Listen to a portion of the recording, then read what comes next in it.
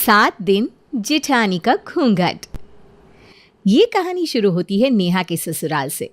यूं तो नेहा की शादी को 1 साल हो गया था, पर आज भी उसके मन में ये शक था कि उसकी सास उसकी पीठ पीछे उसकी चुगली करती है। पर ये शक उसके दिमाग में आया कहाँ से, आइए जानते हैं। सुबह सुबह चाय बनाते हुए नेहा अपनी फ्रेंड प्रिया से फ़ोन पर बातें कर रही थी। तो गलत निकली प्रिया, कल मेरी देवरानी के यहाँ से जो साड़ियाँ आई मेरी सास ने आते ही मेरे आगे रख दी, और मेरे चुनने के बाद जो साड़ी बची उन्होंने वही ली। इनफैक्ट वो तो कह रही थी कि चारों साड़ियाँ मैं ही रख लूँ। कभी कभी ना मुझे तुझ पर तरस आता है, कितनी भोली है तू। तेरी देवरानी को ज़रूर शक हो गया होगा कि तू उसकी और तेरी सास की बातों पर नज़र रखती है, इसलिए ये सारा ड्रामा उसने तेरी सास के साथ मिल के रचा है। मतलब मेरी देवरानी भी इसमें मिली हुई है? हे भगवान, कैसे लोग है ये। देख लेना प्रिया, मरने के वक्त इनमें से किसी को भी पानी तक नसीब नहीं होगा। जब तक मैं हूँ मैं तो अपना कर्म करूँगी ही, जो बुरा करेगा वो भोगेगा। अच्छा अब फ़ोन रख, वरना इस बात की भी चुगली मेरे पीठ के पीछे की जाएगी। और सभी के लिए नाश्ता लेकर नेहा बाहर जाती है और टेबल पर लगाती है। नाश्ता अच्छा बना है ना मम्मी जी? हाँ बहू, बहुत अच्छा बना है। नहीं मतलब अगर आपको कोई कमी लग रही है ना तो आप मेरे मुंह पर बोल सकती हैं मम्मी जी, मैं बुरा नहीं मानूंगी। अरे पर खाना अगर ख़राब बना ही नहीं तो मम्मी उसकी बुराई क्यों करेगी नेहा? और वैसे भी तुम इतनी सुबह उठकर सभी के लिए कितने प्यार से नाश्ता बनाती हो। अब उसमें ज़रा सा 19-20 हो भी जाए तो क्या ही फ़र्क पड़ जाएगा। ये अच्छा है, इतनी मेहनत करने के बाद भी 19-20 का फ़र्क नहीं जा रहा है ना नाश्ते में। कोई बात नहीं प्रेम, मैंने बुरा नहीं माना। मैं पूरी कोशिश करूँगी कि अगली बार से खाना 20-21 हो। अरे मैं क्या कह रहा हूँ, तुम क्या समझ रही हो? पता नहीं आजकल तुम्हें क्या होता जा रहा है नेहा। सारा दिन कम पड़ जाता है क्या तुम लोगों को बहस करने के लिए कि खाने के टेबल पर भी बहस शुरू हो जाती है? 2 मिनट चैन से खाना भी नहीं खा सकता आदमी इस घर में। ये कहकर सुरेश खाने की टेबल छोड़कर कमरे में चला जाता है। कुछ देर बाद जब नेहा वॉशरूम की ओर जा रही थी तो उसे अपने सास ससुर के कमरे से फुसफुसाने की आवाज़ सुनाई देती है। और कहीं उसके सास ससुर उसकी चुगली तो नहीं कर रहे। ये जानने के लिए नेहा दरवाजे पर कान लगाकर खड़ी हो जाती है। मुझे तो ये बर्दाश्त नहीं होती। मैं तो कहता हूँ निकालो इसे घर से, दूसरी ले आएंगे। मुझे पता है आप गुस्से में हैं, पर गुस्से में ना ऐसी बातें नहीं बोलनी चाहिए। उसके भी जज्बात है कि नहीं? मजाक है क्या आज का रिश्ता? नहीं ना? अरे हमारी इतनी सी बात पर तोड़ देंगे? हैं? तो ये है इनके मन में। और इस बात को सुनते ही नेहा दरवाज़ा खोलकर धड़ल्ले से कमरे में चली आती है। अरे बहू तू, तेरे पापा जी तुझे ही याद कर रहे थे। लीजिए पापा जी, आ गई मैं। वैसे क्या बातें हो रही है, मैंने डिस्टर्ब तो नहीं कर दिया ना मम्मी जी? अरे कुछ नहीं बहू, हम तो ऐसे ही अपना ज़माना याद कर रहे थे। हमारा तो चलता रहेगा। आजा तू बैठ। अब मूड कैसा है तेरा? कितने आराम से बात घुमा दी ना मम्मी जी ने। पर आज नहीं तो कल मैं आपको रंगे हाथ पकड़ ही लूँगी मम्मी जी। नेहा की सास पूरा 1 घंटा नेहा का माइंड वॉश करने की कोशिश कर रही थी कि तभी उसका फ़ोन बजता है और उसके फ़ोन पर छोटी बहू का नाम फ्लैश होता है। अब कॉल आ रहा है बहू, मैं अभी आती हूँ। हाँ, ऐसे क्या बात करती है सास बहू कि कमरा छोड़कर जाना पड़ता है? प्रिया बिल्कुल सही थी, इस घर में कुछ और ही गेम चल रहा है। पर इस ड्रामे की चक्की में मैं अब नहीं पीसूंगी। मैं ये सब कुछ प्रेम के आते ही उसे बता दूंगी। पर मैं रात का इंतज़ार क्यों कर रही हूँ? आजकल तो फ़ोन का ज़माना है। फ़ोन लगाती हूँ प्रेम को और सभी की पोल पट्टी खोलती हूँ। नेहा सीधा प्रेम को फ़ोन लगाती है, पर उसका नंबर बिजी आता है। ऑफिस के वक्त तो प्रेम किसी का फ़ोन नहीं उठाते। कहीं मम्मी जी, निक्की और ये मिलकर कॉन्फ्रेंस कॉल पर मेरी चुगली तो नहीं कर रहे? हद होती है किसी चीज़ की। इतनी क्या दुश्मनी है लोगों को मेरे से? पर मैं भी कोई खड़ा पेड़ नहीं हूँ मम्मी जी, जिसको आप लोग काट कर जड़ से उखाड़ देंगे।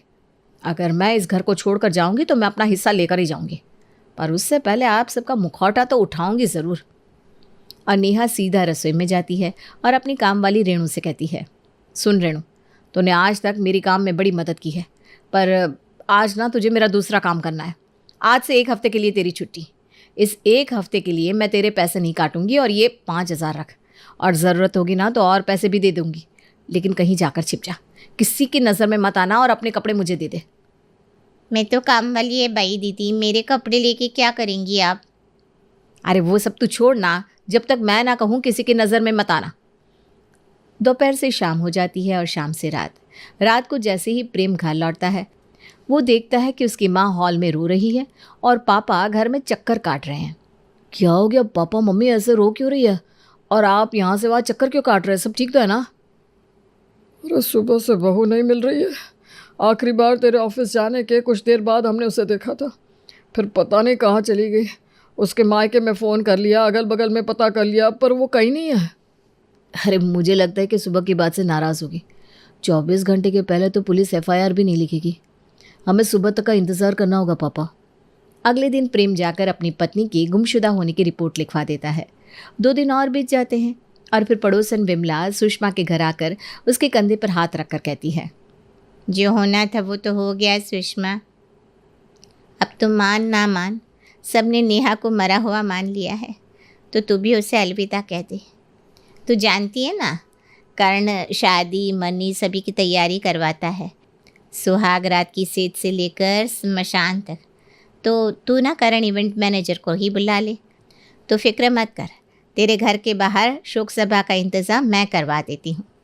ये क्या कह रही हैं आंटी आप? अच्छा 10-5 हज़ार कम ले देना बेटा, घर की बात है। मैं ना आज शाम को टेंट बनवा देती हूँ। और अगले दिन लग जाती है शोक सभा। मोहल्ले के सभी लोग प्रेम के घर नेहा की याद में आंसू बहाने पहुंच जाते हैं। तभी विमला की नज़र रेणु पर पड़ती है, जो आज घूंघट लिए शोक सभा में शामिल हुई थी। ऐसा क्या करके आई है तू रेणु, जो तुझे मुँह छुपाना पड़ रहा है? शोक सभा में आई हूँ, बाराती थोड़ी ना हूँ चाची, जो चेहरा दिखा दिखा के कमर लचकाऊंगी। ये तो मेरा दुख है। सबसे करीब तो दीदी मेरी ही थी। मैं नहीं मानती उनको कुछ हुआ है, इसीलिए मैंने कसम खाई है, अब जब तक दीदी घर वापस नहीं लौटेंगी मैं अपना चेहरा किसी को न दिखाऊंगी।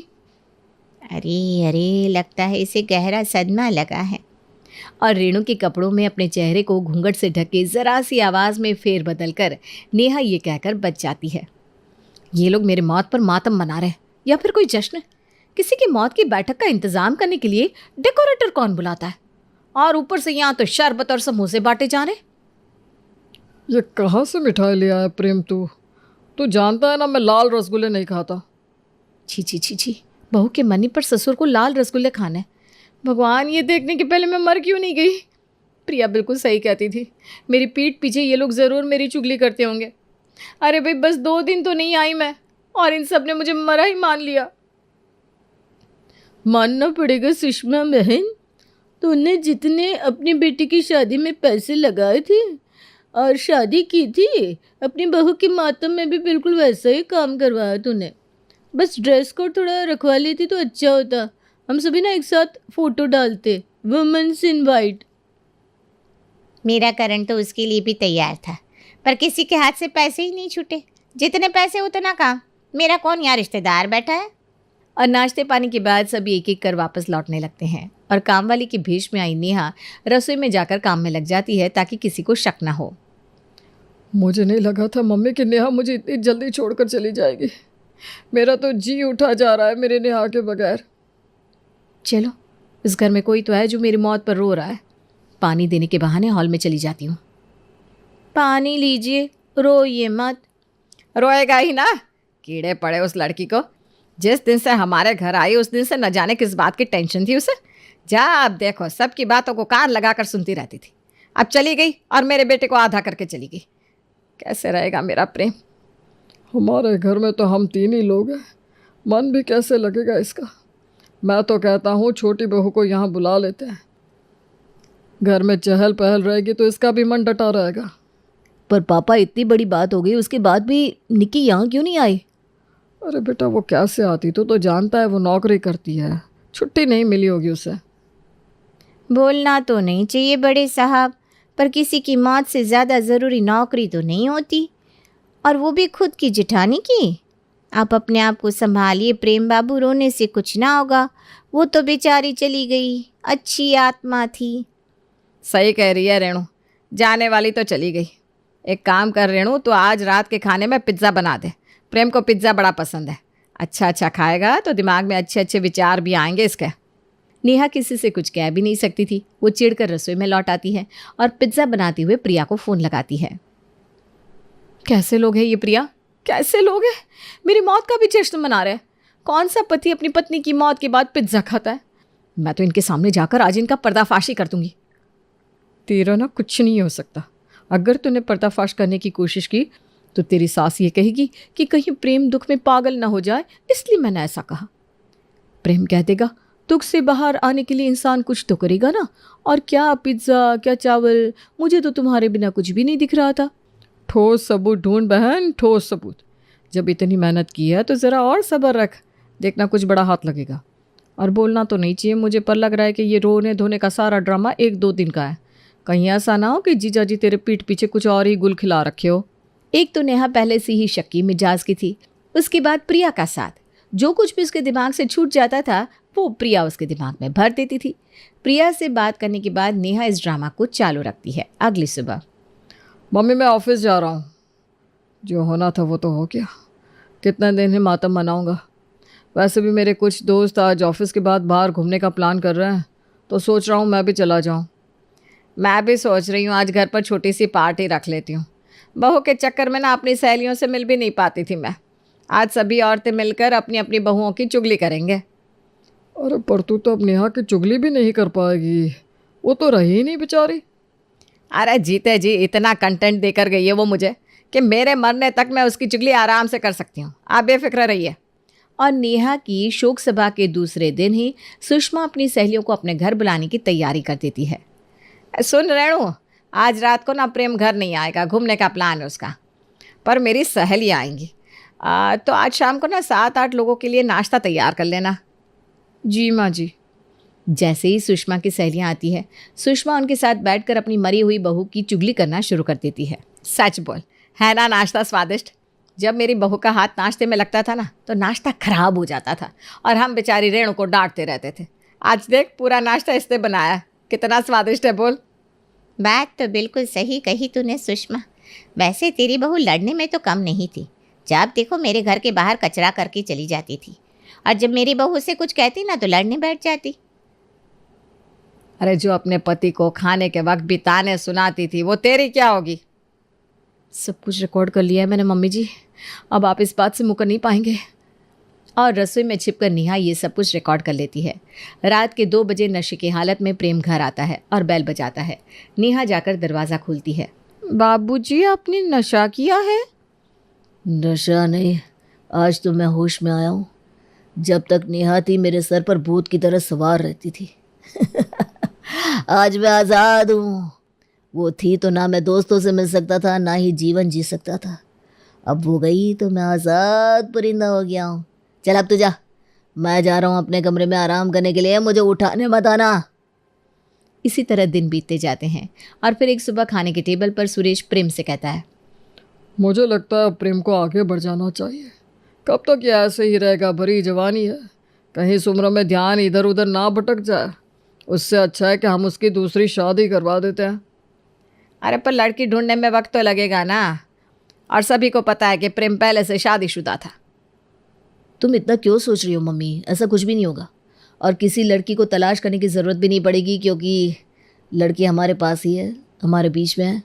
हैं? हमारे बीच कौन सी लड़की है बेटा? मुझे भी तो ज़रा बता। ये है ना रेणु। और ये कहकर प्रेम सीधा रेणु का घूंघट हटा देता है और अंदर से निकलती है नेहा। तो ये है तुम्हारी सच्चाई, एक कमवाली तक को तुमने नहीं छोड़ा। मैं तो आप सबको सिर्फ चुगलखोर समझ रही थी, पर आप सब तो उससे भी आगे निकले, निर्दयी, बेशर्म और बेहया, सब कुछ। पर अपनी बीवी से शादी करना गलत है क्या?